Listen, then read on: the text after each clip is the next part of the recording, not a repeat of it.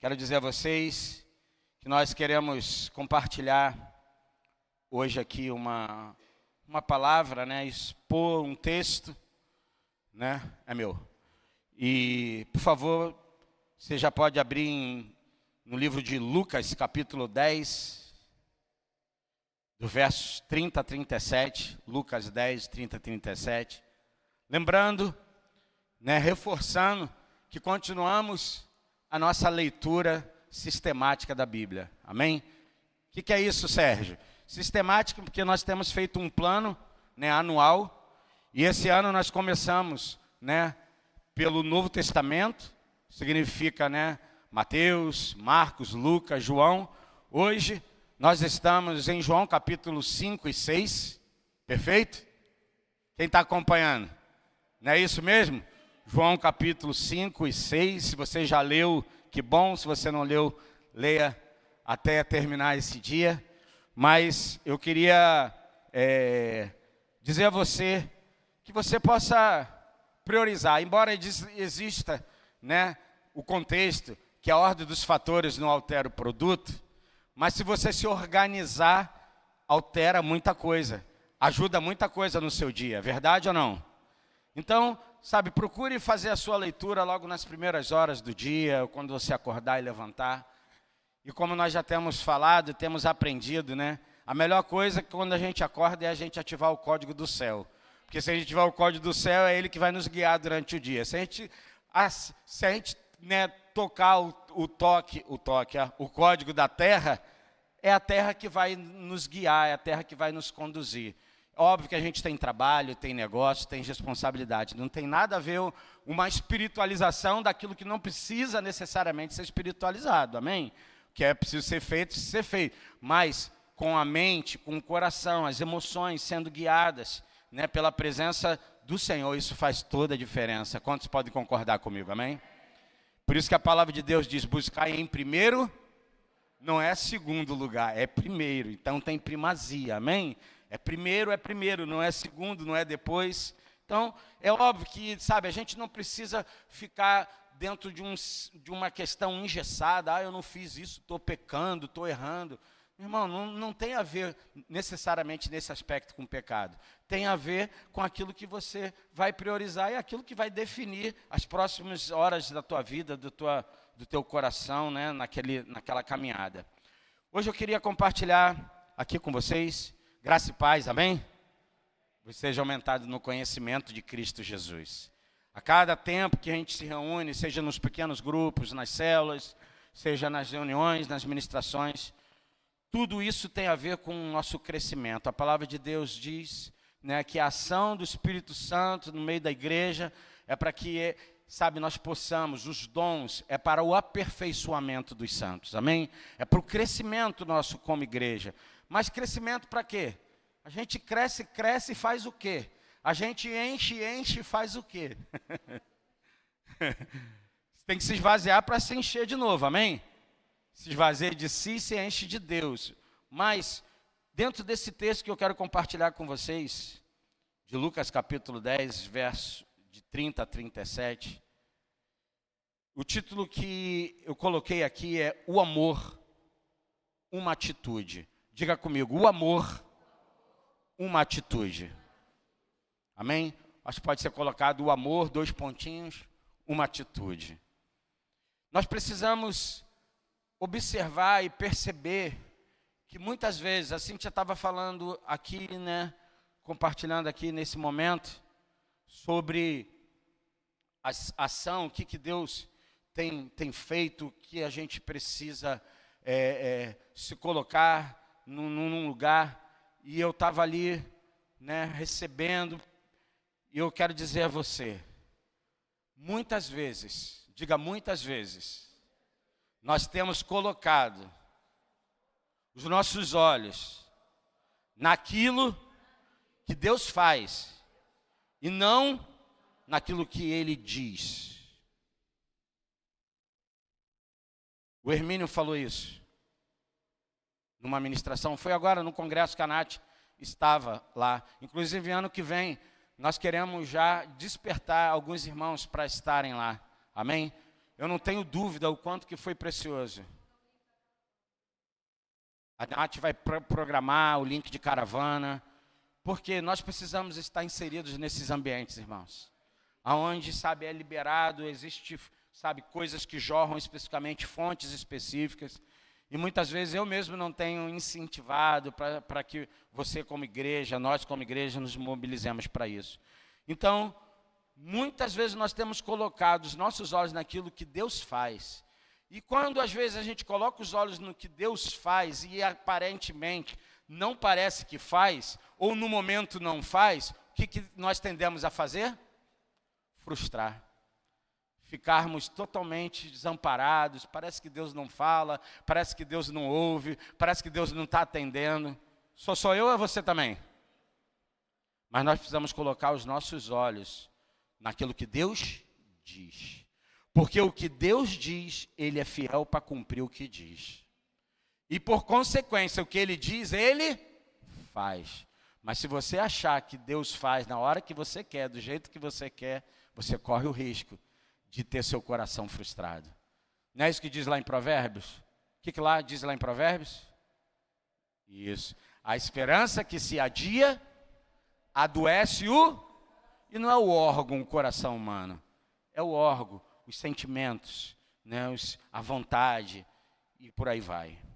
Então, Lucas capítulo 10, verso de 10 a 37, você vai perceber que nessa passagem, nós temos recomendações importantes para que tenhamos cuidado por onde andamos e para onde caminhamos. Essa passagem vai falar sobre isso. Mas antes de nós lermos esse texto, eu queria que você voltasse um pouquinho para os versos anteriores. Por quê? Porque a resposta dos versos 30 até o 35 é uma resposta de o que Jesus está falando para um mestre da lei, um doutor da lei, um homem conhecedor da lei, da Torá. Vamos ver aqui, versos Lucas 10, de 25 a 29. Jesus vai dar essa resposta a esse estudioso da lei, a esse doutor. E ele vai trazer a cena, o que nós vamos ler logo depois. Mas olha o que diz o verso 25 a 29. Eis que certo homem, intérprete da lei, se levantou com o intuito de pôr Jesus à prova e disse-lhe: Mestre, que farei para herdar a vida eterna? Verso 26. Então Jesus lhe perguntou: que está escrito na lei? Como interpretas? 27. A isto lhe respondeu: amarás o Senhor teu Deus. Amarás o Senhor teu Deus de todo o coração, de toda a tua alma, de todas as tuas forças, de todo o teu entendimento. E amarás ao teu próximo como a ti mesmo. Verso 28. Então Jesus lhe disse: respondestes corretamente. Faze isto e o quê? Viverás. Ele, porém, querendo justificar-se, perguntou a Jesus: quem é o meu próximo? Você vai perceber, irmãos, que tantas vezes nós, como povo da fé, da comunidade cristã, da comunidade de Cristo, nós estamos sempre dando uma justificativa àquilo que está muito claro, aquilo que já está estabelecido. Nós queremos, às vezes, dar um jeitinho, que é o jeitinho que me convém, o jeitinho que vai me fazer ficar mais, sabe, mais tranquilo, mais assim, aliviado, um jeitinho que vai me fazer ficar mais soft, mais assim, leve no negócio. Não precisa isso tudo. Jesus já fez tudo, a graça dele já me alcançou. Eu não preciso ficar, de fato, debaixo desse jugo, dessa lei. Mas também, muitas vezes, nós estamos trazendo justificativas para, sabe, as perguntas que Jesus, ou melhor, as respostas que Jesus realmente, né, mostra. Porque aquele homem, aquele intérprete, aquele homem, sabe, que tem uma capacidade de conhecimento da lei, da Torá, ele vai fazer a pergunta para Jesus: mestre, e você vai ver que existe um intento no coração daquele homem. Ele queria provar Jesus. Aí você vai falar assim: rapaz, todo religioso é assim, quer provar Jesus. Será que você também não quer, não? Muitas vezes a gente não quer provar Jesus. Mostra para mim, Senhor. Mostra. Se tu mostrar, aí eu faço. Se tu mostrar, aí eu obedeço. Está vendo como é que os nossos olhos estão naquilo que Deus faz e não naquilo que Ele diz? Quero mostrar para você uma geração que foi no tempo onde que Jesus estava vivendo, que nós estamos lendo aqui no Novo Testamento. Eles perguntaram: dá-nos um sinal para que nós saibamos que você realmente é o que diz que é. O que Jesus disse?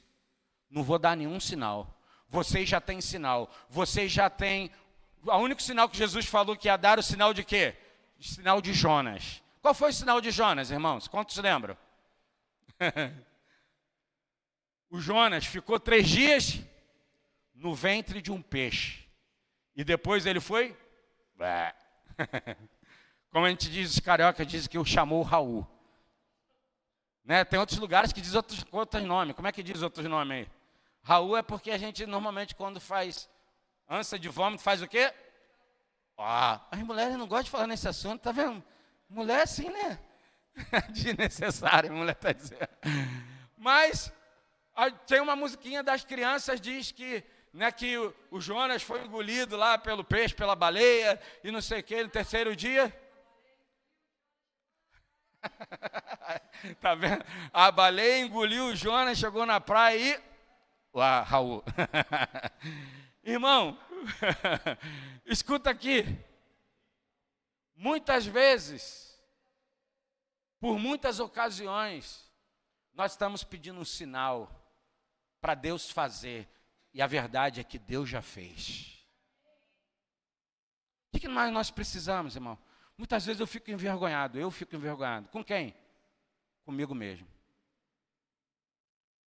É uma luta dentro de mim.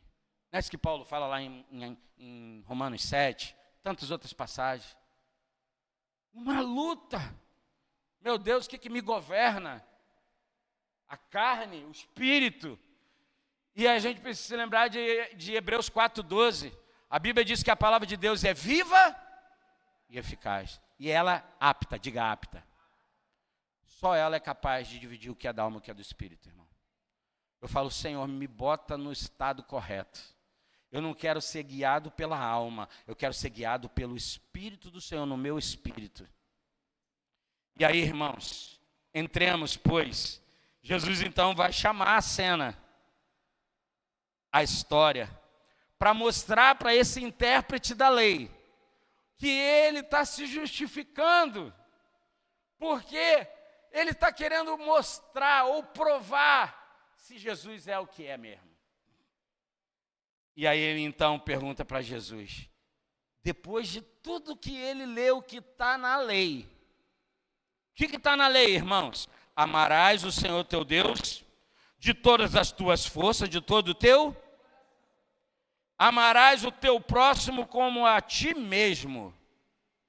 Então, diga, amar não é sentimento, não é desejo. Amar é uma lei. Jesus falou: você não acabou de ler? Vai e faz o que a lei está dizendo. Aí ele: mas, o mestre Jesus, quem é o meu próximo? Quem é meu semelhante? Entremos na história. Lucas 10, de 30 a 37. Essa é a cena que Jesus agora está trazendo. Jesus vai contar uma história para ele. Ô, doutor, deixa eu te contar uma história. Entremos na história. Verso 30. Jesus prosseguiu dizendo: certo homem descia de Jerusalém para Jericó, e veio a cair em mãos de salteadores, os quais, depois de tudo que lhe roubaram lhe causarem muitos ferimentos, retiraram-se, deixando-lhe, cadê? Semi-morto. Verso 31. Casualmente descia um sacerdote por aquele mesmo caminho, e vendo-o, diga comigo, vendo-o, passou a largo. Semelhantemente, um levita descia por aquele lugar, e vendo-o, também passou a largo. Certo samaritano, que seguia o seu caminho, passou-lhe perto, diga perto. Diga, passou-lhe perto. Eu estou em que versículo, gente? 33, cadê você? Aqui. E vendo-o, compadeceu-se dele. E chegando-se, diga comigo, chegando-se, pensou-lhe os ferimentos e aplicou-lhe óleo e vinho. E colocando-o sobre o seu próprio animal, levou-o para uma hospedaria e tratou dele. No dia seguinte, tirou 2 denários e entregou ao hospedeiro, dizendo: cuida deste homem, e se alguma coisa gastares a mais, eu indenizarei quando voltar. Verso 36. Qual desses 3 te parece ter sido o próximo do homem que caiu nas mãos dos salteadores? Jesus conta toda uma história para ele. E Jesus no final pergunta: qual desses 3 te parece que foi aquele que foi o próximo do homem, que caiu na mão desses assaltantes? Qual? Foi o sacerdote? Foi o levita? Ou foi o samaritano? Parece que algumas respostas são muito óbvias. Respondeu-lhe o intérprete da lei: o que usou de misericórdia para com ele. Então lhe disse: vai e procede tu de igual modo. Jesus, irmão, vai revelar essa história do bom samaritano. E esse homem, esse samaritano, você sabe que o samaritano é um gentio. Porque eles eram judeus que se casaram com gentios, pessoas que não eram judias. Então, todo samaritano, para o judeu, era tido como alguém o quê? Você está fora da linhagem, você está fora da promessa, você está fora do pacto, você está fora. Você não tem nada para dar, você não tem nada para acrescentar, você é alguém à margem, você está desprezado. Mas ele pergunta: quem usou de misericórdia para com ele? Foi o sacerdote? Foi o levita? Foi o quê? O samaritano, o gentio. O que Jesus quer mostrar nessa história para nós como igreja, como povo, irmãos? É que nós temos que observar que assim como aquele homem, a pergunta é: por que ele foi ferido? Por que você acha que ele foi ferido? Obviamente, o texto não fala sobre isso, mas nós precisamos observar. E esse homem, que a Bíblia não relata nem o nome, diz que ele foi ferido no caminho, ou por causa do caminho que ele tomou.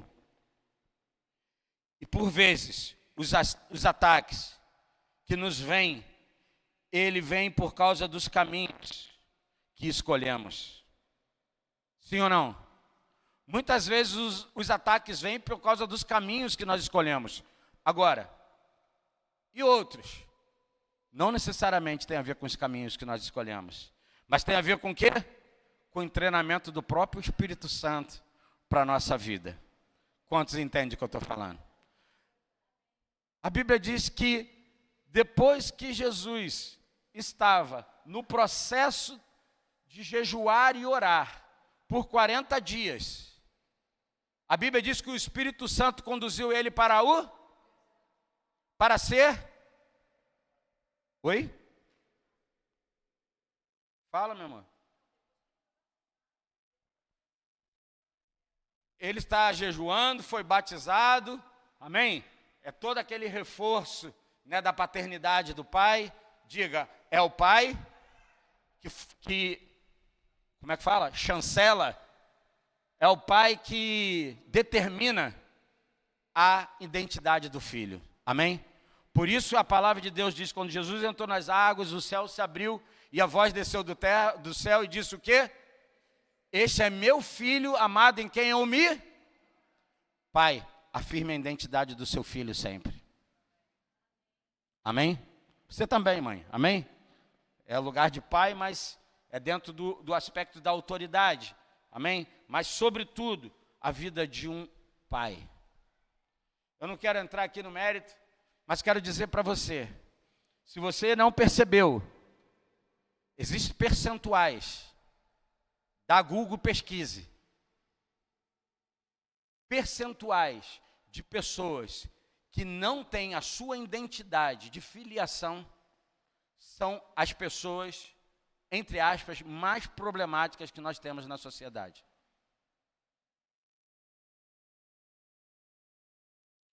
E a questão não é só ter pai, é o pai que firma a identidade do filho, porque hoje não é novidade, nós temos muitos filhos que são filhos de pais, existe uma orfandade.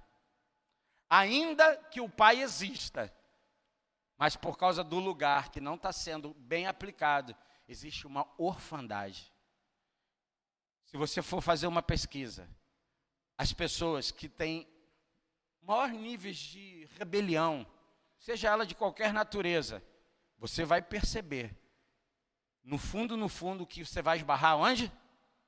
Na filiação. Já foram feitas pesquisas, nós já falamos sobre isso. Das pessoas que estão em cadeias, a maioria delas, eu não sei muito bem ou certo hoje como é o percentual, mas é gigantesco, não tem o nome dos seus pais nas certidões. Pesquisa lá depois, vê se eu estou falando besteira. O que o Sérgio está dizendo? O que eu estou querendo dizer e compartilhar com você, irmão? Por que Jesus está trazendo essa história a essa cena? Por quê? Porque esse homem está tomando um caminho que provavelmente foi um caminho que trouxe consequências para ele. A Bíblia diz que ele desce de Jerusalém para onde? Jericó. Só para você ter uma noção, como eu falei para vocês, por vezes os ataques vêm por causa dos caminhos que escolhemos e outros por treinamento e ensino do próprio Senhor a nós. Nós sabemos que Jerusalém fica a cerca de 740 metros de altitude, acima do nível do mar, enquanto Jericó a 40 metros de baixitude, abaixo do nível do mar, na região do Mar Morto. Por essa razão, numa pequena distância de menos de 30 quilômetros, há um desnível de mais de 1.100 metros. Essa estrada é cheia de curvas estreitas, serpenteando em desfiladeiros rochosos, onde salteadores podiam facilmente se esconder. Muitas vezes os caminhos que nós tomamos são caminhos que são fáceis para os nossos inimigos estarem às espreitas, escondidos para nos apanhar. Se você acha que não tem nada a ver, nós somos a geração do nada a ver, mano. E às vezes, sabe, sofremos os danos porque achamos que nada a ver. O que o fulano falou, o que o pai falou, o que a mãe falou, o que o professor falou. O professor nem tem mais voz hoje, né? Pai tem voz, mãe tem voz, autoridade, não. Tem nada a ver, não tem nada a ver.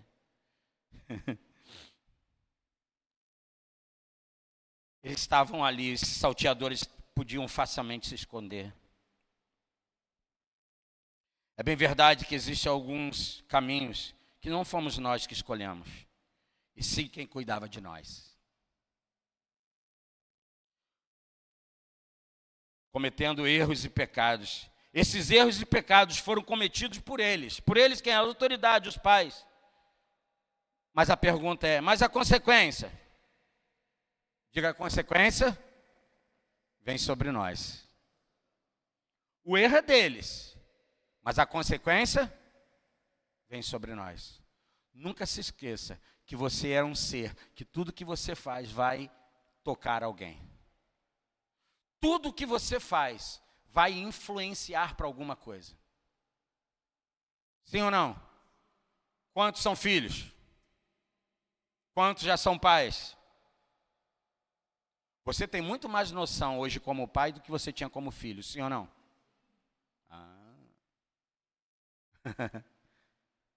Almazinho, só balança a cabeça. Pedrinho está aí para dizer.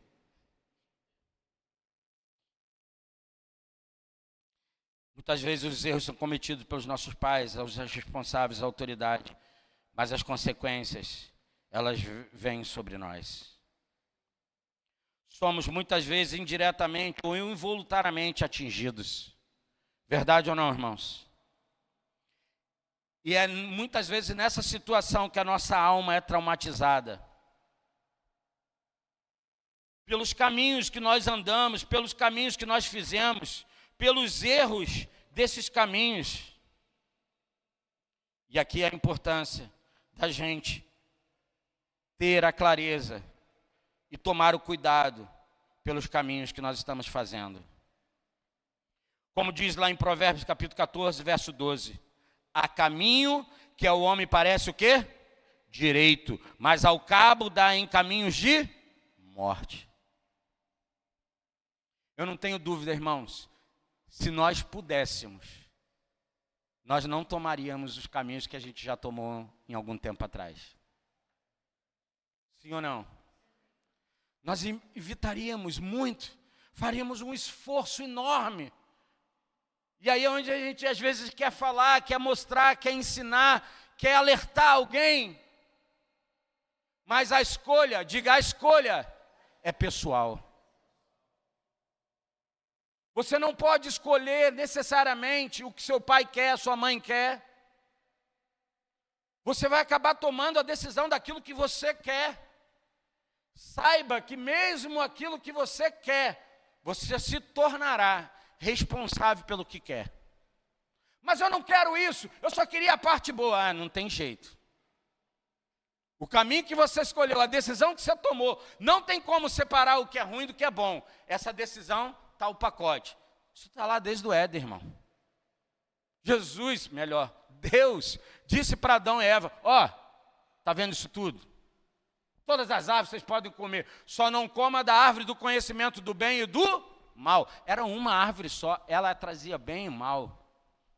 Exatamente foi o que Eva comeu, deu ao seu marido, e ele comeu, e ambos o quê? Rejeitaram o que Deus tinha dito, que era para não fazer. Sabe por quê? Porque tudo é relativo. Olha a consequência que isso trouxe a nós. Tem gente que diz, quando eu chegar no céu, eu quero encontrar Adão, vou dizer para ele, rapá, eu falo, tu é louco, velho. Tu acha que eu vou gastar tempo para falar com Adão, rapá? Tu acha que eu vou gastar tempo para falar com o Tomé, que disse, meu irmão, eu quero me deliciar com o meu Senhor. As minhas lágrimas já foram enxugadas, as minhas dores já foram completamente restauradas e redimidas. É só por esse processo que nós estamos nesse caminho, irmão. Mas fica firme, porque vai chegar o dia da redenção completa desse corpo, amém? Esse corpo vai ser redimido completamente. Em parte nós já fomos redimidos, amém? Resgatados, restaurados, aí você vai usando. Não podemos ser negligentes no caminho. Diga comigo, eu não posso ser negligente no caminho. Diga, eu sou responsável pelas minhas escolhas, pelas minhas decisões. Olha o que diz o ensinamento de Mateus 7, versículo 13 e 14. Entrai pela porta estreita. Aí tem um parêntese, não tem aí na sua Bíblia? Isso não está no original, tá? Mas a ideia é, entrai pela porta estreita. Larga é a porta e espaçoso o caminho que conduz para a perdição. E são muitos os que entram por ela. Verso 14. Porque estreita é a porta. Diga, a porta é estreita. E apertado o caminho que conduz para a vida. e são poucos o que acertam com ela. Tem um versículo na Bíblia que eu queria mudar. Eu falei, Senhor, deixa eu fazer a minha autoria só nesse versículo. Como assim? A porta larga, a porta espaçosa, muita gente entra por ela. Mas a Bíblia vai dizer que poucos acertam pela porta estreita. Estou vendo gente aqui que acertou a porta estreita. Olha para o seu irmão, diga, você está acertando a porta estreita. Diga para o seu irmão, fica firme. Fica firme. Diga para o seu irmão, fica firme. Fica firme no caminho estreito. Meu irmão, fica firme no caminho estreito, porque haverá um dia, quer eu queira, quer você queira, quer eu não queira, quer você não queira, haverá uma resposta que vai ser dada a todo ser humano. Nós teremos que prestar contas de tudo que nós fizemos para o nosso Senhor. Ah, mas ele não é Senhor. Senhor, porque você já escolheu. Mas eu vou te dizer, escolhendo ou não escolhendo, nós já decidimos um caminho. E eu quero trazer para você, irmão, da fé cristão, fica firme no caminho estreito. Tem gente que vai dizer, é muito difícil ser crente. Vou dizer para você, muito mais difícil era quando eu estava na mão do diabo. Massacrado pelo seu governo, seu domínio, era muito mais difícil. Não, achava mais fácil. Fácil? Alegria falsa do carnaval de 4 dias? Quantos aqui já pularam muito carnaval? Pô, levanta a mão. Levanta a mão para o povo ver. Tá vendo? Tá vendo? Estava na porta larga, agora está na porta estreita. Agora, meu irmão, não vem com essa conversa. Eu vou te dizer, por favor, não me tenha como alguém fora da curva, porque eu não sou. Eu sou só alguém que tenho lutado para perseverar na palavra. Eu não me deixo dobrar por um sentimento de tristeza, de abandono, de frustração. Eu não me deixo. Por quê? Porque eu acredito na palavra do Senhor. Eu acredito naquilo que Jesus fez no Calvário por mim. E eu vou dizer para minha alma, para o inferno, para todas as circunstâncias, assim, fora, sai do meu caminho, sai da minha mente, sai do meu coração, porque eu sou uma nova criatura em Cristo Jesus. E aí, irmão, por causa do posicionamento, a alma vai se ajustar, as circunstâncias vão mudar, vão ser transformadas. Posso ouvir um amém? Quantos estão entendendo o que eu estou falando? Amém? Ô Jesus, os caminhos errados trarão consequências e comprometimentos dolorosos, não só no presente, mas também no decorrer da caminhada, tanto a si mesmo, como também aos que nos cercam. Por exemplo, um filho que está quebrando um monte de princípio, vai trazer dor o quê? Ao pai e à mãe. Um pai e uma mãe que não está num caminho correto, estabelecido de uma maneira correta, vai trazer dor a quem? Ao filho. O esposo traz dor para a esposa traz dor para o marido, o filho, o amigo, a sociedade. Ou a sociedade não é um monte de gente. A gente olha as pessoas na rua, um mendigo, e a gente entende, nasceu um mendigo. Se você não sabe, irmão, quantas pessoas, às vezes quando você vai conversar, a gente está aqui perto, irmão, a gente sai aqui na praça, você vai conversar com algumas pessoas bilíngue, trilingue, dá para ir para frente, eu não sei mais falar, quadrilingue, sabe, troglodita, sabe, cheio de pole, meu irmão, eu não estou brincando, irmão, eu não estou brincando. Esses dias apareceram um vídeo e de alguém conhecido. Pegaram o cara na porta de um comércio. O cara pegou o microfone e começou a fazer anúncio. Mendigo. O Saulo conhece. O Saulo conhece essa pessoa. Eu não quero aqui trazer porque está sendo gravado. Deixa eu dizer uma coisa. Um cara inteligentíssimo. Eu também conheço. O Saulo esteve mais perto. Me parece que ele conseguiu um emprego. Não sei se isso conseguiu.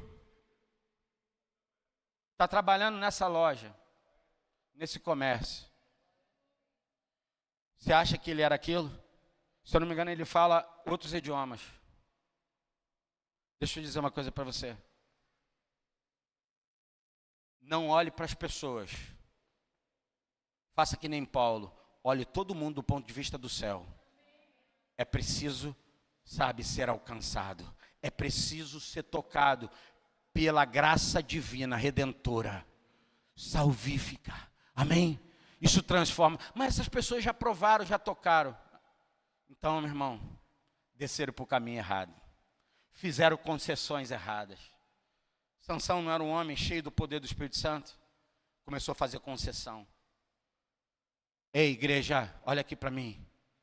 Você está sempre, o tempo todo, sendo chamado para fazer concessão com esse sistema.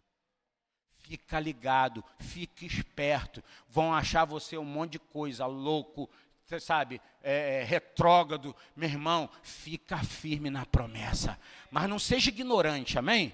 Não seja alguém que não fala de outro assunto a não ser Bíblia. Estou falando assim no bom sentido, tá bom, gente? Estou falando no sentido assim, saiba falar, saiba conversar, mas que a Bíblia tem que estar no seu coração e no meu tem que estar. Eu não tenho dúvida sobre isso, eu não estou desprezando nada. Então, irmão, precisamos acessar os caminhos seguros, que não vão comprometer a jornada. O que nós podemos tirar de ensinamento dessa história contada por Jesus? O que eu posso tirar? O que você pode tirar? Diga comigo, eu preciso ser remédio. Diga remédio. Ah, meu irmão, eu e você precisamos ser remédio para os que sofrem. Sejamos remédio para os machucados, os feridos do caminho, como foi o samaritano, que foi ali para aquele homem que foi assaltado, roubado, machucado, ferido. Ele foi remédio para ele. Vamos ver o texto? Vamos ver o texto? Põe aqui, por favor, para mim. Lucas 10.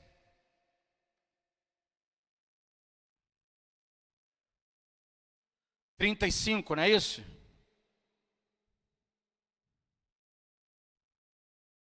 Ah, não, 30.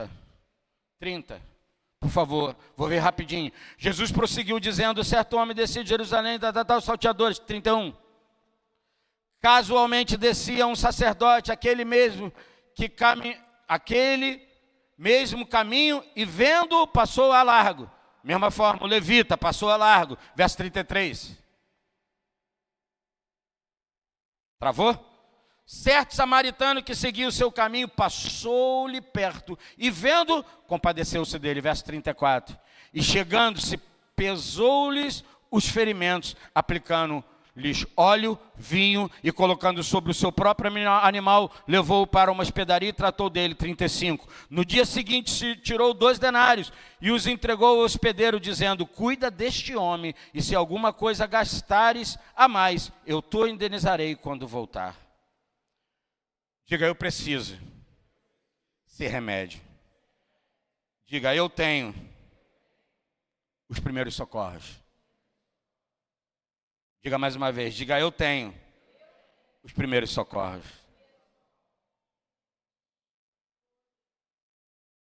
Deixa eu fazer um adendo aqui rápido.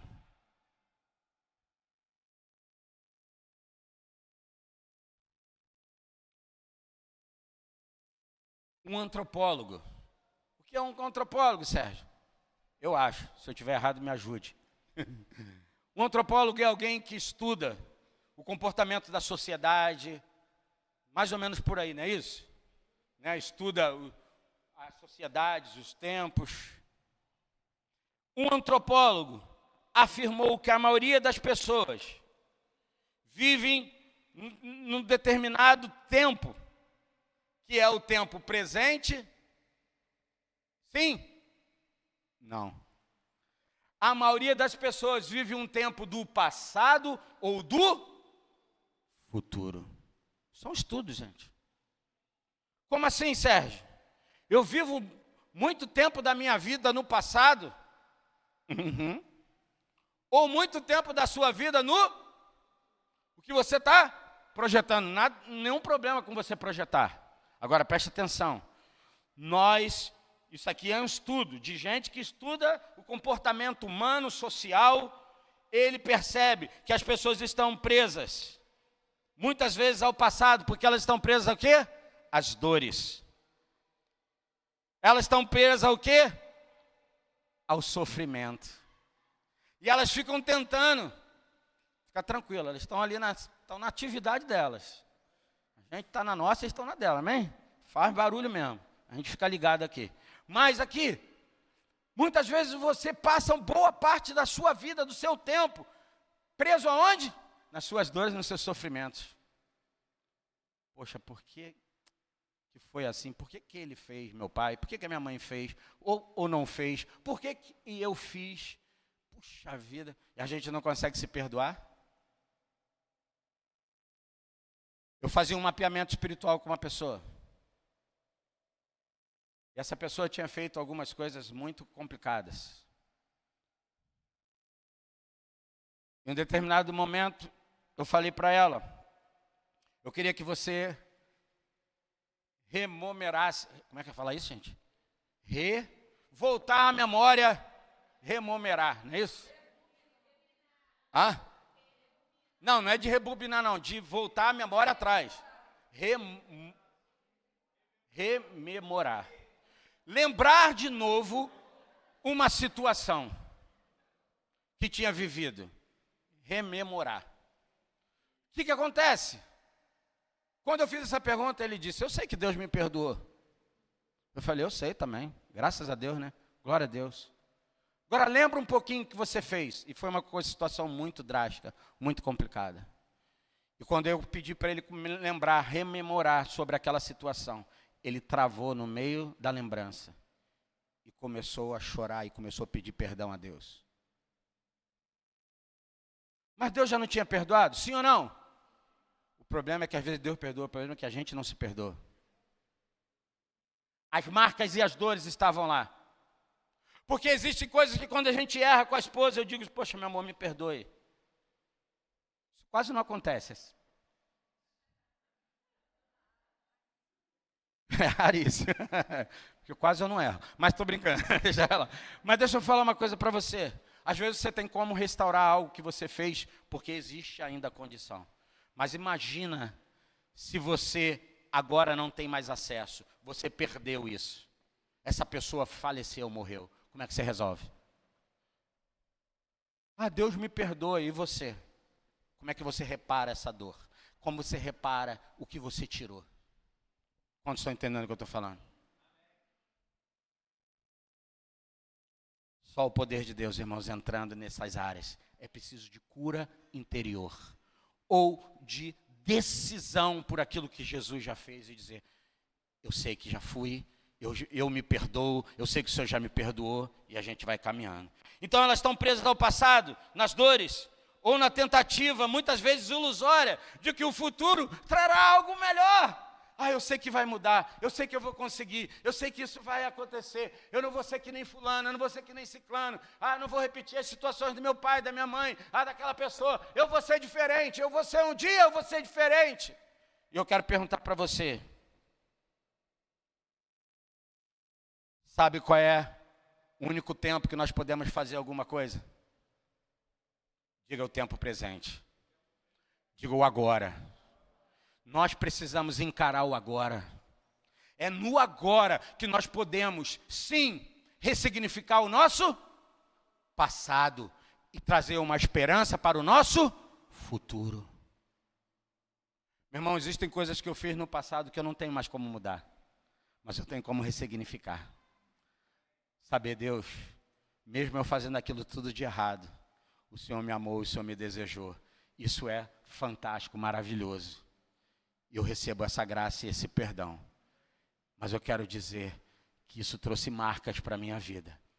E aí o Espírito Santo diz assim, as suas dores serão remédio para curar outros.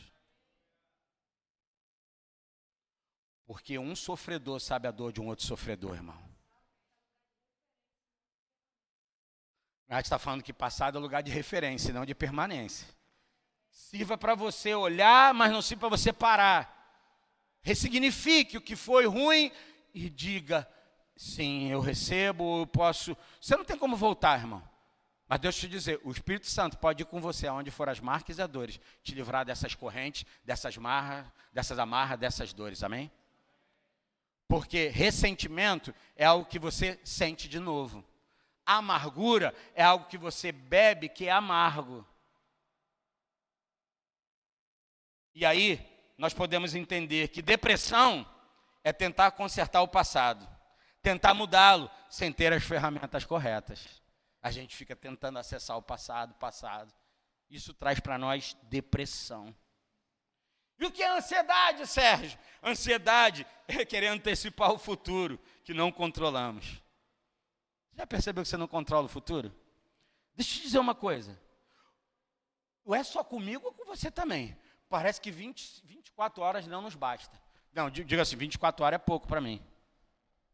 Deixa eu te dizer uma coisa. 24 horas mudou 1000 anos atrás? Sim ou não? Sim ou não, irmão? 24 horas vai mudar 1000 anos à frente? Onde está o problema, irmão? Nas coisas que nós agregamos ao nosso presente. Por isso que às vezes você precisa dar uma saída e ir para um lugar retirado de tudo. Se possível até de internet. Tu vai acordar e vai dizer, meu Deus do céu, parece que o tempo não passa. Sim ou não? Por quê? O tempo mudou? As 24 horas não são 24 horas. O que mudou? Mudou a sua aceleração, irmão. Nós precisamos parar de acelerar aqui na terra e acelerar no céu. Nós estamos correndo demais aqui, estamos angustiados. Nós somos uma geração angustiada, pressionada a dar resultado. Parece que se você não for alguém formado com isso aqui, você não presta. Oh, meu Deus, eu ainda estou dentro dessa geração. Por isso os nossos pais, os nossos avós, eles não conseguem compreender a nós. Eles dizem, como que vocês podem ser tão ingratos, tendo tudo que vocês têm? Vocês são ingratos, vocês têm tablet, celular, vocês têm smart, vocês têm TV assim, e vocês são infelizes. Você percebe que o nosso coração está no lugar errado. Às vezes uma pessoa dentro de uma roça tem tanta dificuldade para comer o que nós comemos, cheios de... Eles estão muito mais saciados e muito mais felizes do que nós, irmãos. Por isso essa angústia que aperta nosso peito com os resultados. Deixa eu dizer uma coisa para você. Eu sei que esse é um clamor que está no coração do Pai. Na quinta-feira nós conversávamos na célula dos homens, presencial, que foi essa semana.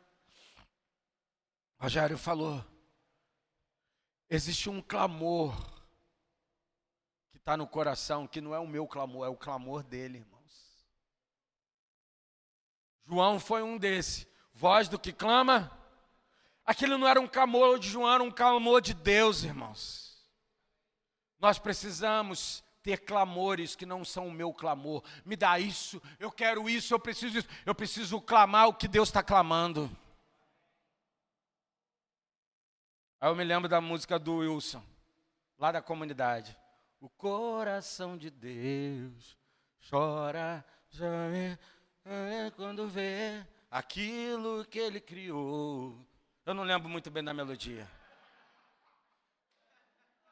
Para sua glória e louvores, escravos do pecado, vivendo em guerras.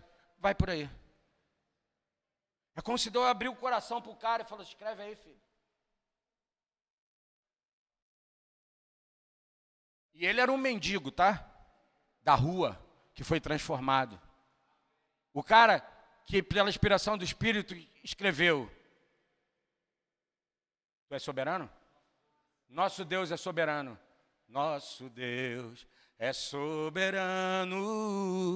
Ele reina antes da fundação do mundo. Nosso Deus é soberano. Esse cara escreveu essa música. O ex-mendigo. Oi? E tantas outras. Tem muitas músicas que você canta que você não sabe que é dele. O mendigo que se tornou um ferido, um machucado, como é que fala do cara que foi assaltado lá? Da passagem. Que foi vítima ali. E que hoje foi restaurado. A verdade é que esquecemos de viver o momento presente.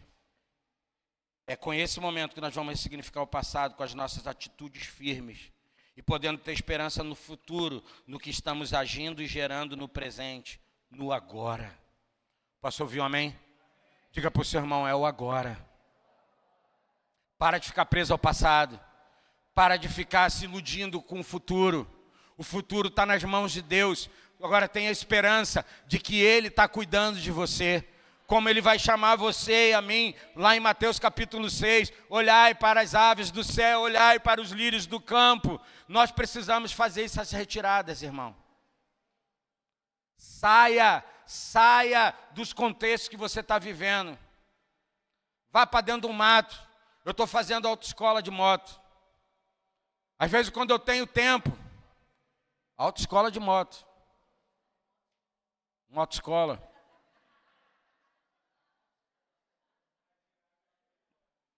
Para tirar a carteira de moto, gente. Não é auto de carro, né? Mas, escuta aqui. Eu estou fazendo ali no aterro do Flamengo. Caramba, gente. Como é que a gente está perto dessa beleza toda e a gente não presta atenção? Aí outro dia eu cheguei um pouquinho antes. Parei ali na frente do mar. Vi os caras pescando. Fiquei ali parado lá. Estou vendo os molequinhos lá pescando. Aí daqui a pouco o cara vem e fala, tio, tu é fiscal do IBAMA? Eu falei, rapaz, eu tenho cara de fiscal de IBAMA, rapaz. Aí ele falou, o que tu faz? Eu falei, caramba, e agora? Eu falei, o que eu faço agora? Aí eu falei, cara, eu vou explicar para ele que eu sou líder de uma comunidade, ele não vai entender muita coisa. Eu falei, pô, eu sou pastor. Ele, pastor? Caramba, rapaz, é mesmo, né? Daqui a pouco o moleque vai para perto do outro, o cara está pescando com isopor aberto, não sei o quê. Aí me dá um refrigerante. O cara, sai daqui, moleque. Vou te dar nada não, rapaz. Aí o cara virou para mim, falou, rapaz, são abusados. Eu falei, não sei o quê. É abusado mesmo, moleque é abusado. Aí falou, era abusado assim, porque uma coisa é como se chega, como se fala. Ele falou para mim, depois, ele falou, vou dar até um refrigerante para ele. Mas ele é abusado. Eu falei, Aí ele virou assim, olha isso. Ele falou, olha, rapaz, como é que fala na frente do pastor? Eu falei, que fofoqueiro, rapaz. Aí o cara, tu é pastor, e agora? Num bico de sinuca. Eu falei, sou líder de uma comunidade. Ele falou, pastor, perdão aí, desculpa aí. Eu falei, não, rapaz, fica tranquilo. Olha o senso, perdão, pastor. Por que a gente só tem essa ideia quando a gente é confrontado por uma forma, um jeito, um sistema? Está entendendo o que eu estou falando para você, irmão? Porque quando as pessoas sabem que eu sou pastor, elas não têm o comportamento que elas teriam perto de mim. Aí eu falei assim, eu sou a repressão dele? Entende, irmãos? Por isso que o temor tem que estar dentro do nosso coração. Não quando eu estou perto do pastor, da igreja, dentro de um tal lugar. Eu preciso ter o temor de Deus dentro de mim. Porque quando eu for no trabalho, no negócio, eu terei o temor de Deus. Amém? O Rogério estava compartilhando com a gente. Ele trabalha com negócio, dentro da construção civil. Ele foi com um cara que ele já tinha passado um negócio para ele, né, um orçamento. Chamou ele, aí ele já foi se preparando. Eu vou chegar lá, esse cara vai dizer para mim, não está dando esse orçamento aqui não. Você vai ter que melhorar para a gente fechar o negócio. Aí ele foi todo preparado. Aí chegou lá, o gerente, o dono da empresa virou e falou para ele assim, não, cara, eu estou vendo aqui, isso aqui você escreveu há tantos meses atrás. Poxa, Aí ele falou, não, a gente vai fazer, já foi se precipitando, né? Não, a gente vai fazer o acerto aí, não sei o quê. Ele falou, não, cara, sabe por quê? Estou vendo aqui que você escreveu isso há 3 meses atrás, não lembro? 3 meses atrás, e é preciso fazer um reajuste, cara. Ele falou, 10% tá bom de reajuste? Já está ótimo, está maravilhoso. Ele estava pensando em dar um desconto, ele teve um acréscimo. Sabe o que se chama isso, irmão? Fidelidade de Deus. Aquele cara ali é um homem que nem a gente, mas é um cara generoso. É um cara que está sempre prestes, sabe, a ser um samaritano nessa terra. Deixa eu terminar a minha história aqui, irmãos. Tem ceia, meu Deus do céu. O Saulo ainda falou comigo, tem ceia hoje. Eu lembrei há 40 minutos atrás, já não lembrava mais. Mas para a gente finalizar, nós precisamos ter esse momento presente, mas também, sabe, ressignificando o passado, mas também saber que existe uma esperança no futuro. E por isso nós estamos gerando aqui no presente. Amém? Por isso, obrigado. Por isso, vocês querem saber o que está escrito aqui? Eu sei que vocês são curiosos, são. Toma água. Obrigado.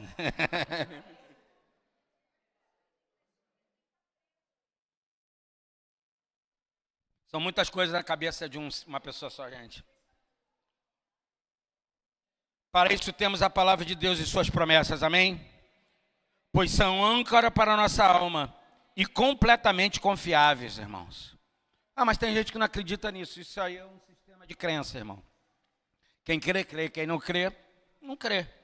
Hebreus capítulo 6, verso 18 a 19 diz assim: Ele nos deu tanto sua promessa como o seu juramento, 2 coisas em que podemos fiar-nos inteiramente, pois é impossível Deus dizer uma mentira. Posso ouvir um amém? Agora, todos quantos se refugiam nele para ser salvos, podem criar um novo ânimo quando recebem tais garantias da parte de Deus. Eles agora podem saber, sem duvidar, que ele lhes dará a salvação que lhes prometeu. Verso 19, essa esperança segura de ser salvos é para as nossas almas uma âncora. Que é âncora para a sua alma, está aí, forte e de confiança, que nos liga ao próprio Deus do outro lado do véu sagrado do céu. 2 Pedro 2,19 diz, pelas quais ele nos tem dado grandíssimas e preciosas promessas, para que por elas fiqueis participantes da natureza divina. Diga, você é um participante da natureza divina. Se alguém disser para você, você é um carnal, você diz, eu estou desajustado, mas a minha natureza é divina. Posso ouvir um amém? Havendo escapado da corrupção. Meu irmão, você escapou da corrupção. Amém? Que pela concupiscência há no mundo. Existe um desejo, um sistema nesse mundo. Por isso que eu falei, o antídoto é Mateus 6, de 25 a 34. E o verso 34, que é o último versículo desse capítulo, Jesus vai ensinar assim, portanto, não vos inquieteis com o dia de amanhã, pois o amanhã trará os seus cuidados. Basta o seu dia, o seu próprio. É mole eu pregar isso aqui. Difícil eu viver quando eu sair isso aqui. Tu acha que eu prego para quem? Primeiro lugar que passa esse negócio é dentro de mim, irmão. Não é para vocês que eu prego, não. Eu prego para mim mesmo. Escute. Não podemos agir como fez o sacerdote. Sacerdote, o que significa isso, Sérgio? Representante do sagrado. Meu Deus. Mesmo vendo, passa largo, distante, indiferente. Era um sacerdote religioso, desprovido de Deus, desprovido de amor. Meu irmão, nós podemos até dizer que somos crentes, mas seremos apenas um crente religioso, se nós passarmos distante e se formos indiferentes. Da mesma forma fez o levita. O que era o levita? Era um descendente de Levi, irmão, da tribo de Levi, lá filho de Jacó. Por isso que algumas vezes tem os levitas na sua igreja. Falam, não, lá tem músico. Porque nós não somos mais da tribo de Levi. Amém? E o que acontece? Nós precisamos entender que tanto o sacerdote quanto o levita tiveram a mesma, sabe, como fala? Prática. Atitude, obrigado. A mesma atitude, que foi o quê? Ele passou a largo. Passou distante, foi indiferente. Ele estava ali de uma ação religiosa. Por quê? O que era um levita? Era alguém que trabalhava, meu irmão, no templo, que trabalhava, sabe, com a adoração, com o serviço. Eles eram separados para a questão do santuário, do culto a Deus, durante a antiga aliança. Mas esse cara vê o necessitado e passa distante, indiferente. Tanto o levita, tanto o sacerdote quanto o levita têm as mesmas atitudes. Mas uma atitude diferente teve o quê? O samaritano. Diga o samaritano. Diga assim, eu tenho que ser como o samaritano.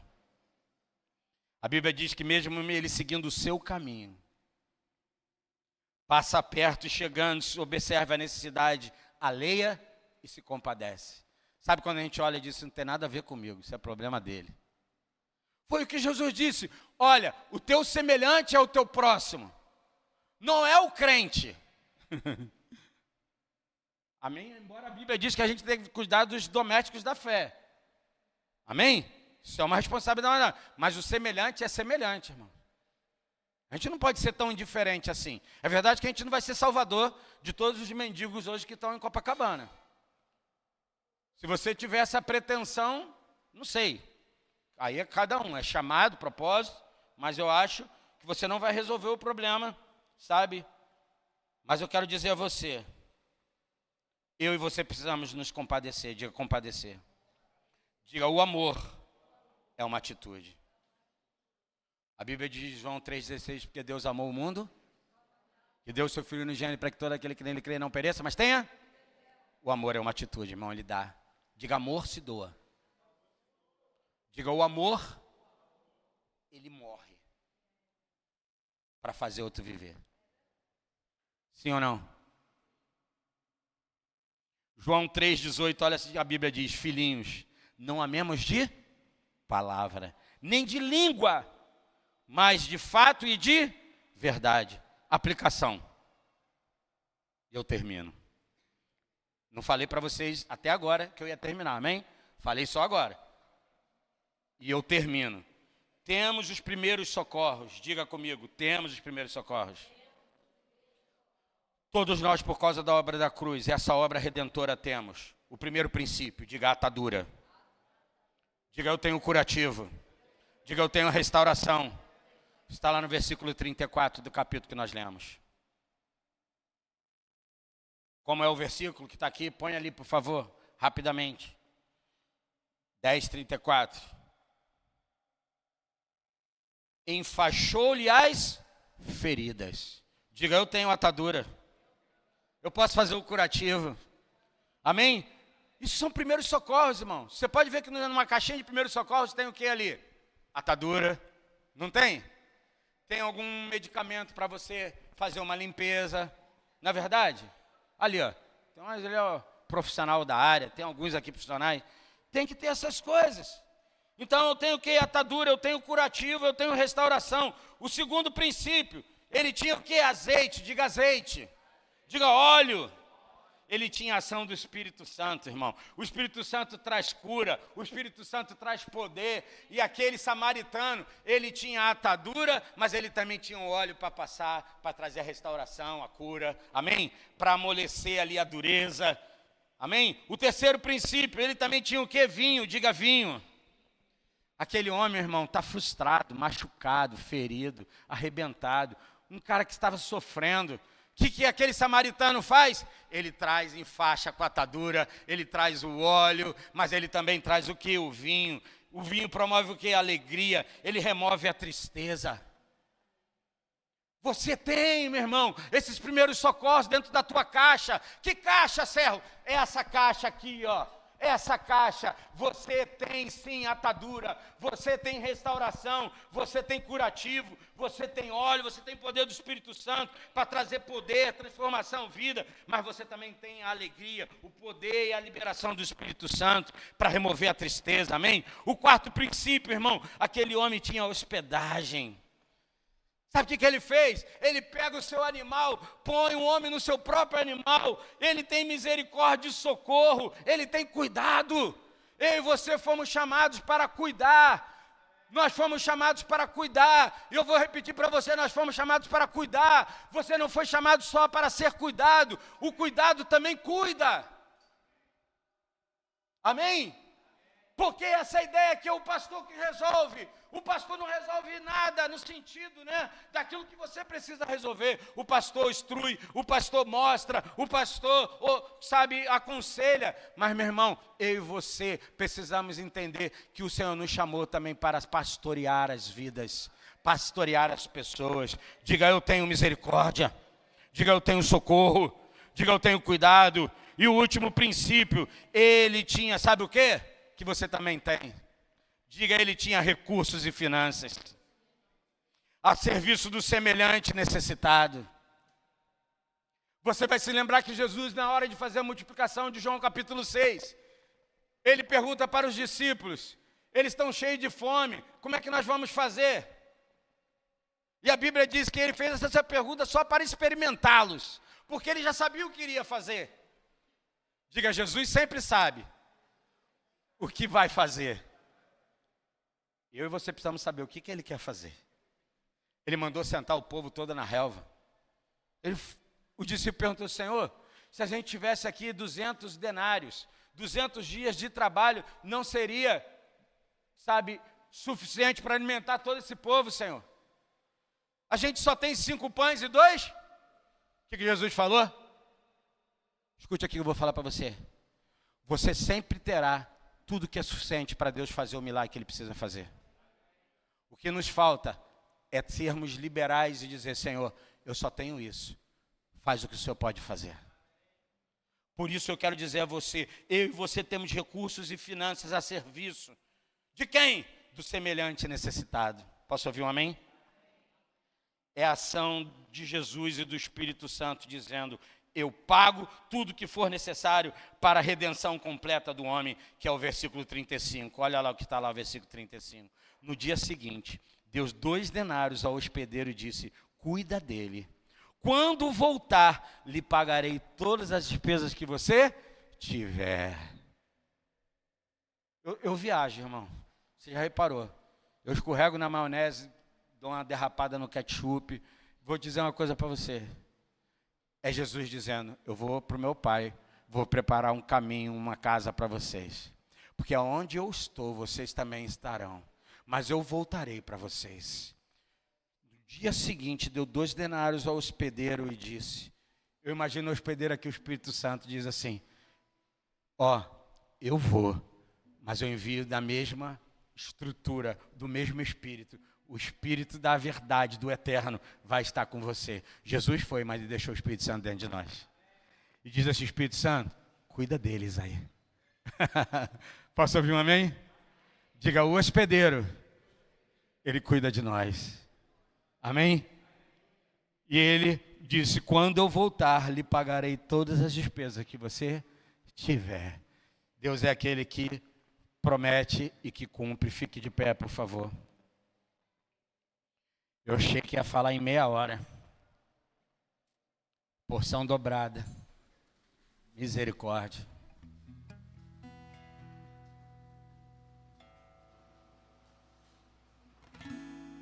Diga comigo mais uma vez, diga eu tenho o primeiro socorro. Ou socorros, né? Amém? Por causa dessa obra redentiva, irmão, de Cristo. Diga comigo, eu tenho atadura. Eu posso fazer o curativo, a restauração. Diga eu tenho azeite. Repita por favor, diga eu tenho azeite. Diga eu tenho óleo. Eu tenho ação do Espírito Santo. Eu tenho cura. Eu tenho poder de vida. Né? Eu tenho, você tem em Cristo, amém, irmão? Diga o terceiro, eu tenho vinho. Não, irmão, acho que vocês não estão ouvindo, ou vocês estão cansados demais. Diga, eu tenho vinho. Isso, diga para a sua alma, eu tenho vinho. Eu tenho aquilo que promove a alegria, que remove a tristeza, amém? Diga, eu tenho hospedagem. Diga, eu tenho misericórdia. Eu tenho socorro. Diga, eu tenho cuidado. Diga, eu tenho recursos. e finanças ao serviço do Rei e dos semelhantes necessitados. Feche seus olhos, Pai.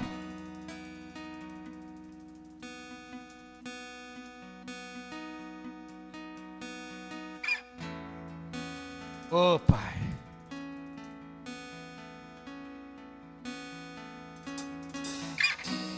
Ajuda-nos, Senhor, no caminho.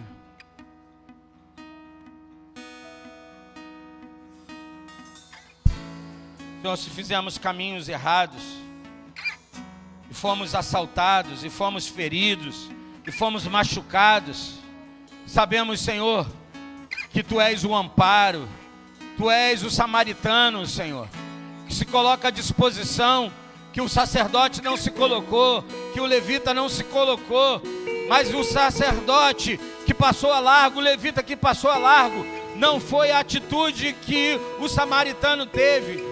O samaritano, mesmo sendo alguém gentio, fora da promessa, ele assume a promessa, ele toma a promessa para fazer valer aquilo que Deus quer realizar. Senhor, assim sejamos nós, assim sejamos eu e meu irmão.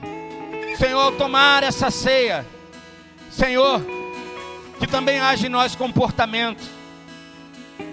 Senhor, um comportamento ativo e não apenas passivo, de alguém que está sempre pronto para receber, mas, Senhor, que sejamos agentes também para dar, para compartilhar, para socorrer, para curar, Senhor, para trazer alegria, para trazer a cura, a restauração. Meu Deus, em nome de Jesus, Senhor, se Tu não fizeres isso, Senhor, o que nós estamos fazendo aqui, Senhor, semana após semana, meu Deus,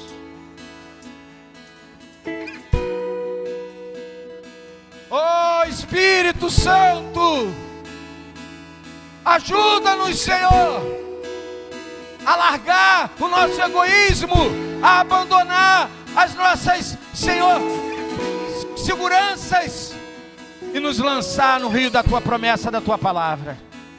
Ajuda a mim, meu irmão, Senhor, que essa ceia seja representatividade daquilo que Jesus fez. O amor é uma atitude. Que tenhamos atitudes, Pai. Assim nós oramos em nome de Jesus. A ceia já está sendo distribuída. Se você, porventura, não recebeu, você pode dar um sinal com a sua mão.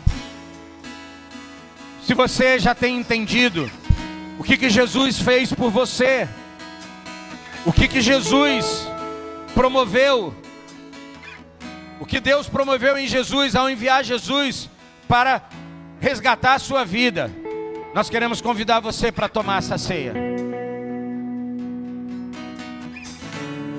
Talvez algumas pessoas perguntem: eu não sou batizado ainda.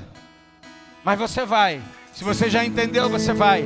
Mas mesmo assim, nós queremos dizer a você que você já tem confessado a Jesus, que você está apto para tomar da ceia do Senhor. Você pode ter sido alguém que foi, sabe, sofreu o assalto, sofreu o dano, e hoje o Senhor, o samaritano, o bom Jesus já restaurou você. Então você pode tomar dessa ceia, dizendo: eu recebo essa graça, eu recebo esse poder de restauração, essa redenção. As crianças também, junto com seus pais. Nós aqui na igreja entendemos que esse é o momento daqueles que têm aliança com o Senhor, e você que é pai e mãe responsável, que tem autoridade sobre este, você pode chamar seu filho, orar e abençoar, dizendo: isso aqui é um pacto, é uma aliança. E você então pode comer e cear junto com o seu filho. Este foi o ensinamento que Jesus deixou antes mesmo da sua morte. Ele senta com os seus discípulos, ele toma o pão e diz: esse é o meu corpo que será partido por vós. Lembrai todas as vezes que comerdes da minha aliança. para convosco. Da mesma forma, ele tomando o vinho, o cálice, disse: esse é o cálice da nova aliança. Jesus inaugura e ele fala que tem uma aliança nova. Ele diz que não escreveria mais em tábuas feitas por corações humanos, mas ele escreveria no nosso coração. Por isso você, ao comer e beber desse cálice, desse pão, e tomar desse cálice, que é um símbolo da maldição, do sofrimento, mas que na inauguração do pacto novo, ele disse que estaria nos dando vida. A vida de João 10, a vida de abundância. Comamos desse pão.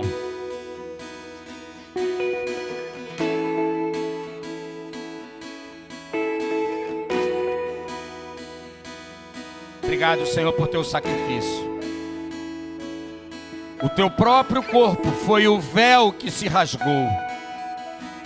O teu próprio corpo, Senhor, que foi assolado para que eu pudesse ter cura e restauração.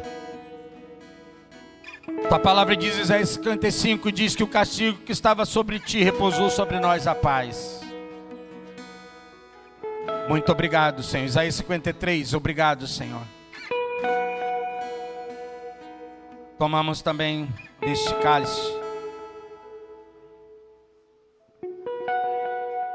fruto da vide, da alegria, do poder do Espírito Santo, da restauração sobre nós. Muito obrigado, Senhor, porque o teu sangue foi vertido para redimir-nos, resgatar-nos e nos trazer para uma nova vida. Muito obrigado, Senhor. Louvamos o teu nome, Jesus. Vamos cantar uma canção em gratidão, em celebração ao Senhor. Meu orgulho me tirou do jardim, a humildade colocou jardim em mim. Se eu vendesse tudo que tenho, por causa do amor eu falharia. Olha a atitude aí, ó. O amor não se compra, quem se merece. O amor Não é mérito. se ganha, Você recebeu. graça o recebe. Eu quero conhecer Mais e mais. Mais e mais, Senhor. Mais de ti. eu quero conhecer Menos de nós, Senhor. Jesus, eu quero conhecer Jesus. Leva-nos a experimentar. Revela, revela, revela a nós, Senhor. E ser achado nele, Que eu possa ser achado nele. ser achado nele, não tendo em mim justiça própria. E ser achado nele, Que eu possa ser achado em Cristo. e ser achado nele.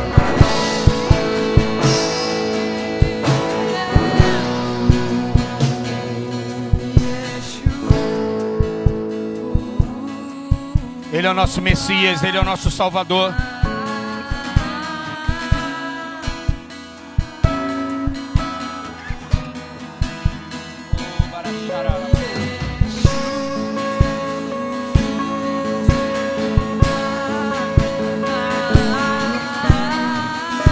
Messias, Messias, Messias, Salvador, Messias, Salvador.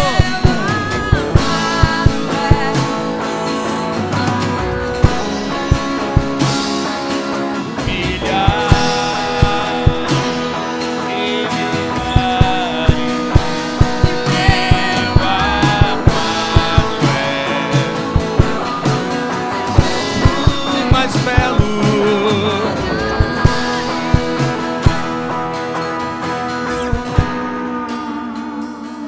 Aleluia, amém. Abra seus olhos, por favor, abre seus olhos. Diante de uma palavra dessa desafiadora, domingo passado nós tivemos um tempo aqui muito precioso no escuro, não foi? Um calor, mas uma liberação do poder do Espírito Santo sobre nós. Amém?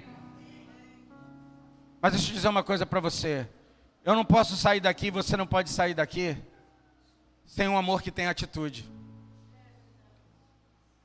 Amém? Então, se você precisa pedir perdão, tem atitude, vai lá e peça perdão. Ligue. Talvez você precise perdoar alguém, tenha uma atitude nessa manhã. Porque o amor é atitude. Mas ele não merece. E quem está falando de merecimento, irmão?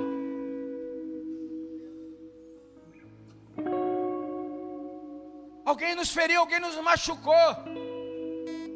Ele não merece. Não é questão de merecimento, é questão de inteligência emocional. É dizer, eu libero você. Nunca mais passa perto de mim.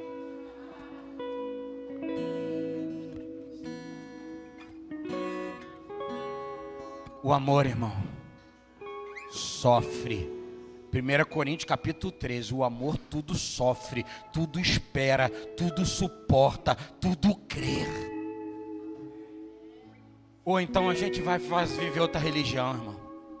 Porque a religião do Deus vivo nos leva a perdoar para ser perdoado. Nos leva a amar, amém? Nos leva a atitude. E que eu e você saiamos aqui da manhã. O Espírito Santo sabe o que você precisa fazer. Ele vai ajudar você. Você não vai sozinho. Você vai dizer, Espírito Santo, vem comigo, me ajuda a falar, me ajuda a pedir perdão, me ajuda, Senhor, a perdoar, me ajuda, sabe, a ligar, me ajuda a ir para essa pessoa, me ajuda a fazer esse lugar, sabe, de reparo. Amém? Meu irmão, isso vai ser tão libertador para você. Tão libertador para você. Você falou, não é possível que seria só fazer isso, é só isso. Deixa que o resto o Espírito Santo faz e opera. Amém? Pai, nós te agradecemos pela obra de Cristo Jesus. Mas nós queremos pedir ao Senhor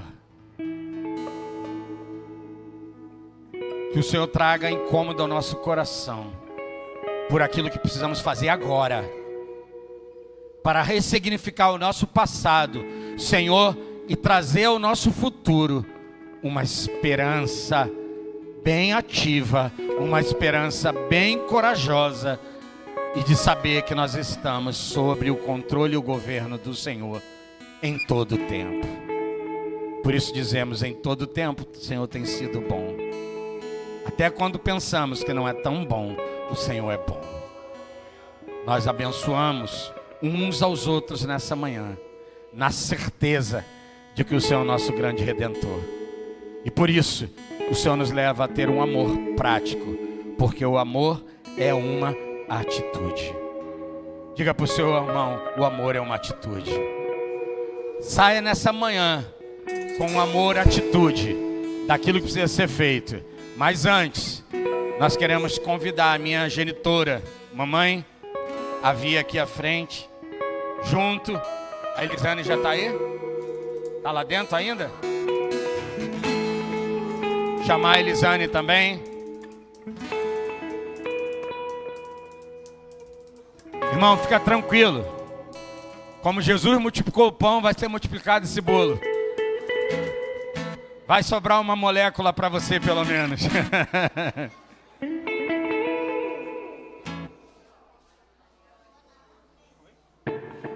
Tem mais alguém que está aniversariando? Vem cá, Ana Marta.